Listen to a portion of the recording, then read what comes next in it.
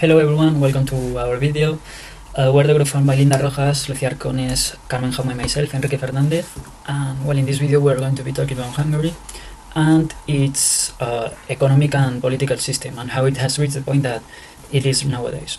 So as a little context, after the World War II, Hungary had lost about 60% of its economy and a significant amount of lives. Following the Nazi defeat, it became a satellite country of the Soviet Union. So some typical policies such as militarization, industrialization and collectivization were implemented. Many freethinkers and Democrats were silenced by being sent to gulags. This provoked, of course, some social unhappiness. Then in 1955, after joining the Warsaw Pact, a revolution was established in the country and was at the end stopped by the intervention of the Soviet Union and its occupation.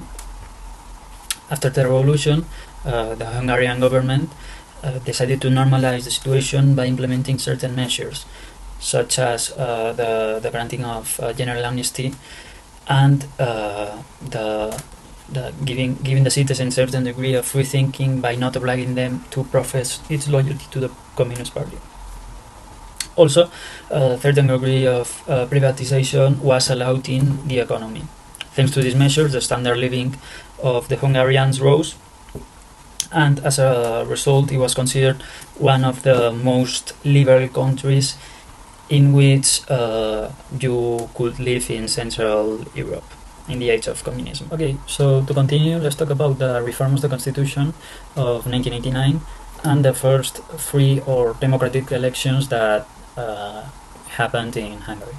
So after the fall of the Soviet Union, reform of the constitution, of the existing constitution, which was dated in 1949, was carried out. Hungary was transitioning from a communist state to a democratic capitalist one, and it was making it peacefully. So the reform established Hungary as an independent democratic constitutional republic that was at the same time civil democratic and democratic socially. The economy was to be a social market one with planning, employment and public and private property enjoying equal protection. The people, the citizens were sovereign, they had the power, and the political parties were functioning freely.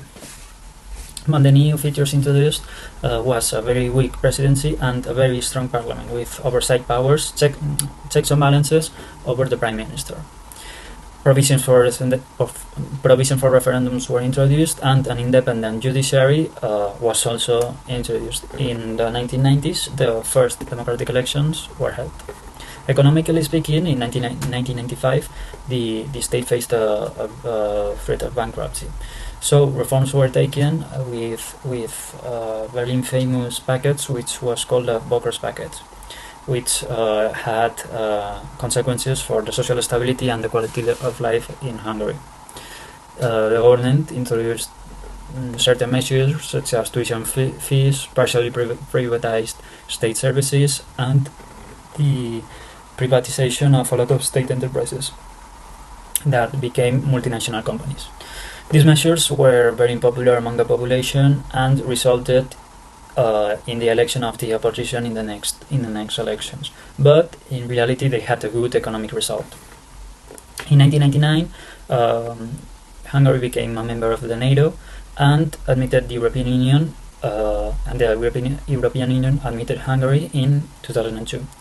The Socialist Party won the elections in 2002 and was re-elected in 2006. But Leak, in a presidential speech, in which the president was criticizing with a very vulgar language its own party, was followed by mass protests. This leak, plus the economic recession that the world suffered in 2008, led to the winning of the right-wing party called Fidesz by supermajority in the next elections in 2010. In 2011, a new constitution was adopted and entered into force in 2012. This constitution has been criticized as it is said that it doesn't reflect the ideology of the whole Hungarian society, and that Fidesz has used its supermajority to draft it according to their interests. So here's a little bit of its overview and just a few things that it includes. First, the powers of the Constitutional Court on budget and tax matters are restricted until debt falls below 50%. Second, the president can dissolve parliament if a budget is not approved, and only companies with transparent activities and ownership structures are allowed to bid for government contracts. Third, the retirement age for judges was lowered, making 60 judges retired. Between them was the president of the Supreme Court. Fourth, the powers of the head of the Hungarian National Bank are also limited, and the modification of tax and pension laws requires a 2/3 majority. Fifth, the life of a fetus is protected from the moment of conception, limiting abortion. Sixth, same-sex couples may legally register their partnerships, but marriage is defined as being between one man and one woman. And seventh, it allows life imprisonment for violent crimes without the possibility of parole. So moving on to the issue of corruption in Hungary, we know that there's a sign of a lack of trust in the government, mainly because most of the people put their savings in banks outside the country. Another sign of a lack of trust can be that the performance of the companies is very low and they do not reinvest the profits made. The issue with corruption also does not help with this lack of trust. In Hungary's judiciary, the risk of corruption is very high. There are payments done for favorable judgments, and these take place very often. The current government led by Viktor Orban has weakened the rule of law by debilitating the judiciary, including the Constitutional Court. So the independence of the judiciary is considered to be very low. As we have seen, there's a lack of trust, a lot of corruption in this country, and there's no cooperation between individuals to maximize their powers to fix these problems. So they don't maximize their powers to be against the government and nor the economic power. Therefore, moving on to the freedom of speech, even if the freedom of speech and freedom of speech in the media is constitutionally guaranteed, the Hungarian government has been criticized for its tight control over media control, and the regulatory body, which is in charge of regulating the media in this country, is very politicized and also has the power to impose sanctions and revoke media outlet licenses. So there's a high level of media and advertising market which depends on governmental contracts. This has led to a climate of conducive and self-censorship and political influence. The access to government information is very restricted. A recent amendment in the law allows public agencies to charge large fees for corresponding information requests. The one leading political newspaper in Hungary was abruptly shut down after reporting on allegations of misuse of public funds by senior government officials. So Hungary's media environment is considered partly free. Finally, in 2018, Viktor Orban, the Hungarian Prime Minister, reached a crucial point in his fight against press freedom. Several private Hungarian media were donated to the Central European Press and Media Foundation, which is CEPMF, which since 2010, when Orban returned to power, press freedom has been under pressure. But nowadays, both the public and most of the private media are of the pro-government propaganda, and in the case of private media, it's in control used to pass through the people close to Orban, such as Lorik Mestaros, who owns several local newspapers. Now, this control is direct and centralized because of the CEPMF. Now, we'll try to answer the question of whether or not Hungary can be considered to follow a liberalist ideology. First of all, liberalism is defined as a political and social philosophy that promotes individual rights, civil liberties, democracy, and free enterprise. The context for the emergence of liberal thought in Hungary was affected by the modern social transformation, rejecting the country's position within the Habsburg Empire and the related political absolutism. In April 2010, the conservative nationalist Fidesz party, under the leadership of Viktor Orban, won more than 2/3 of parliamentary seats, replacing a socialist government that had been in power for 8 years. Fidesz has tried to weaken all independent bodies charged with oversight of the government, curtailing the powers of the Constitutional Court. Most notably, the government passed a draconian media law, which the Organization for Security and Cooperation in Europe has criticized as comparable to what we know from totalitarianism regimes. Although there are a few liberal parties emerging and trying to gain more recognition in the Hungarian parliament, such as the Democratic Coalition Party or the Hungarian Liberal Party, Hungary would not be considered a liberal democracy and would fall more on the right-wing authoritarian side of the political compass. As Carmen has previously mentioned, the Hungarian government has received heavy criticism from the EU. In December 2010, the Fidesz government adopted a press and media law that threatens fines on media that engaged in unbalanced coverage. The law aroused criticism in the European Union as possibly a direct threat to democracy. One of the most recent examples is a decree that suspends the data protection regulation, making the GDPR not applicable in Hungary. In 2013, the government adopted a new constitution that modified several aspects of the institutional and legal framework in Hungary.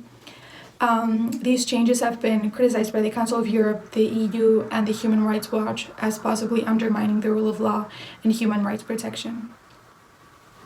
Lastly, we're going to take a look at the power of the government, which is a twist to the original idea presented by Enrique of politics, because it is over 20 years of a political scenario, what leads to the power of the government nowadays. We're going to look at three different perspectives. First, we're going to look at the tax revenue.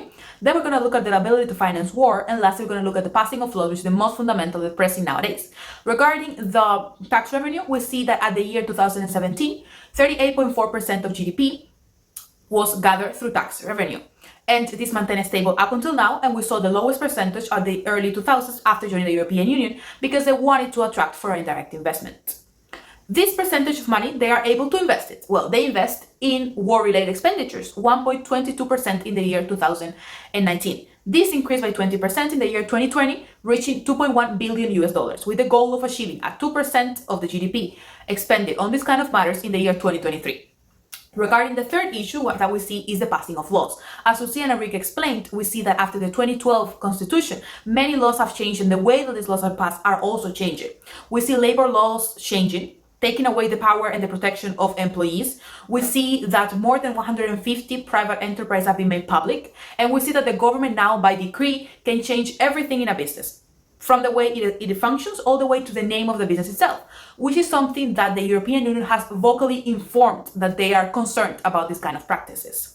But this has only gone worse. After the COVID-19 crisis, the Hungarian government passed a decree in which they were able to make and pass any kind of law without the approval of the parliament. Now the parliament has become unnecessary, has become obsolete in the process of passing laws. Therefore, the government doesn't have any kind of checks. And what is more fundamental about this is that the government has set this decree without an expiration date. So it's not only going to last until the COVID-19 crisis lasts, but it's going to last unlimited in time, because they are benefiting from this in expanding their powers to amounts that are concerning in the scope and in the limits of a democracy. Therefore, the powers of the government are way more enlarged than what they were at the beginning of the 2000s, and probably smaller than what they are going to be in the upcoming years.